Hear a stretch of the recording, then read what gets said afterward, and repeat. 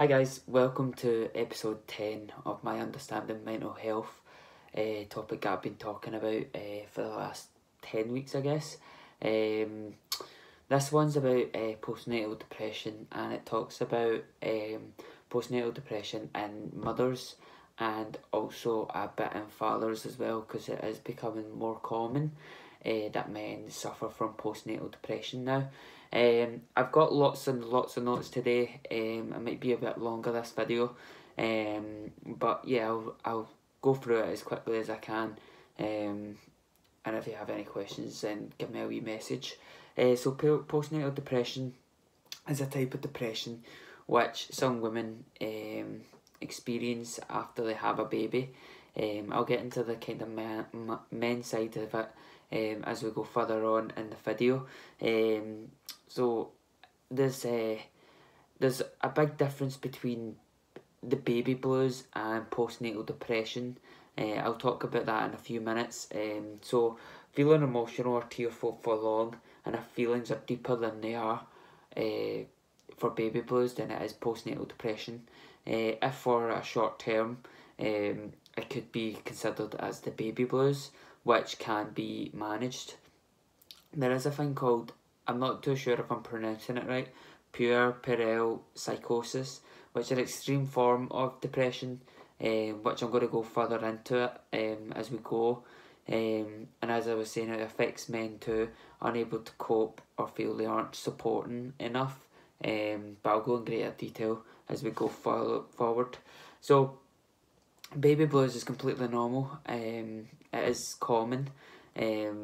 It's basically if they feel emotional, burst into tears for no reason, difficult to sleep, lose appetite, they feel like they're not up to be a mother, they feel sad, guilty or anxious.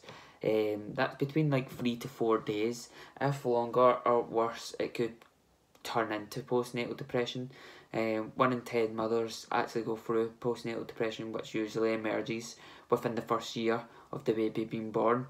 Symptoms could be severe, such as confusion, anxiety or depression, and some mothers might not tell the health visitors because they feel that baby will be taken away from them, or they will be seen as bad mothers.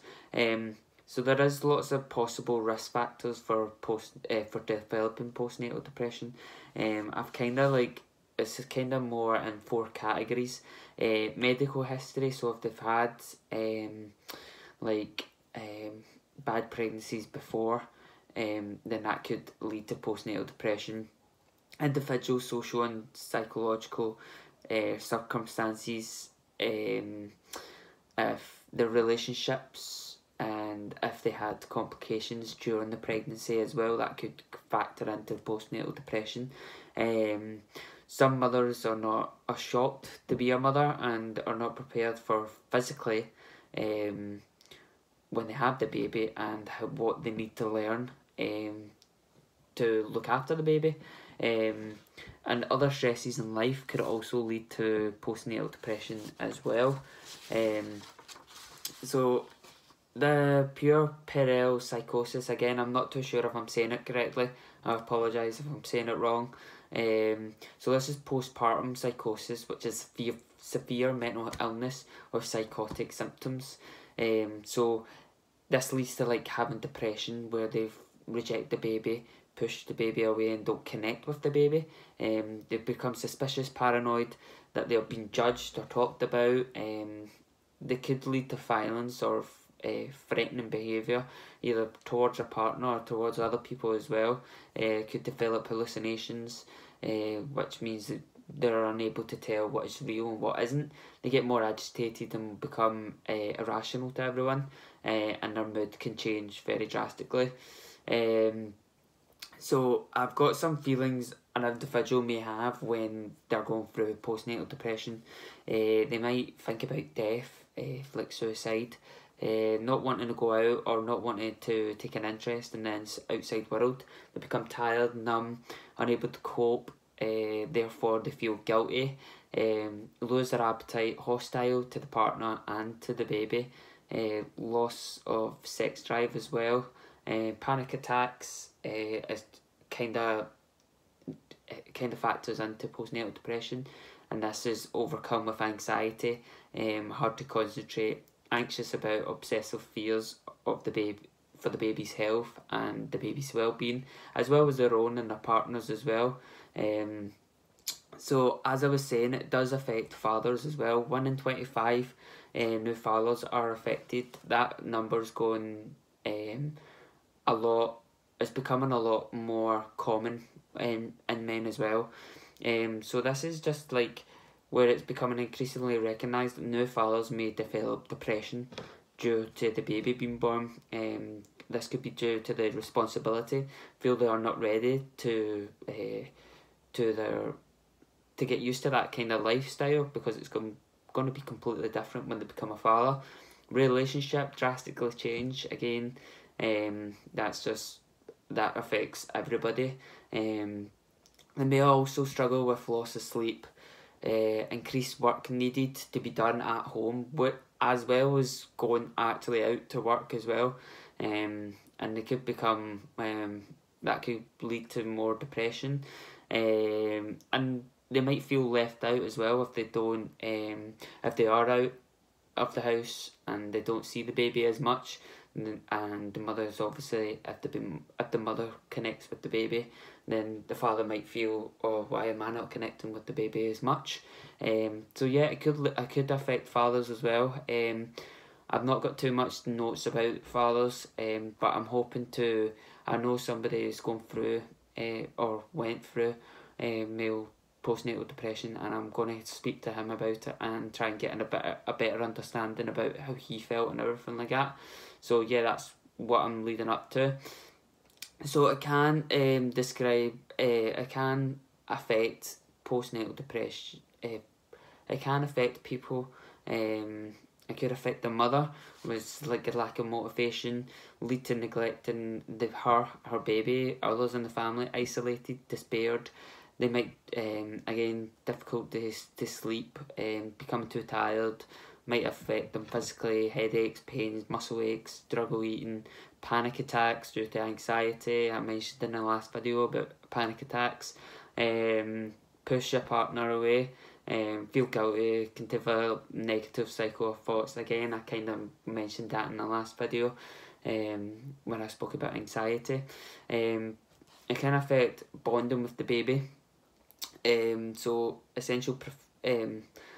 the mother has to connect with the baby so the baby can feel secure and become emotionally safe. Negativity affects the baby's interactions because babies kind of learn of facial expressions. So if the mother's feeling anxious or depressed, the baby might see this and they might not interact as much, or might interact more negatively. Lead to reluctance to look after the baby. Bonding problems if the mother is feeling is detached from the baby. And it can affect family and friends as well. Unsure how to react when the mother feels this way.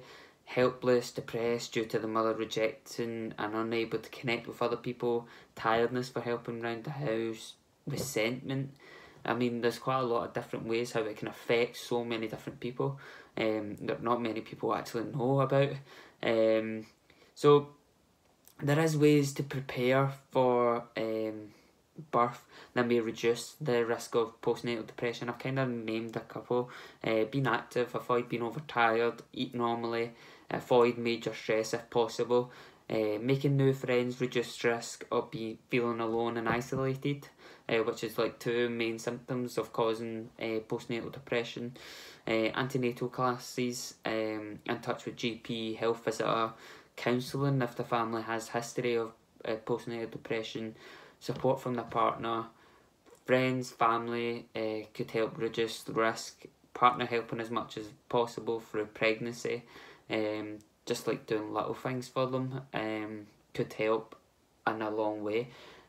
So there is kind of self-help measures for postnatal depression. Recognising the problem, taking the right action to overcome it. First step in managing the depression. Sleep, eating normally, support groups, help manage everything.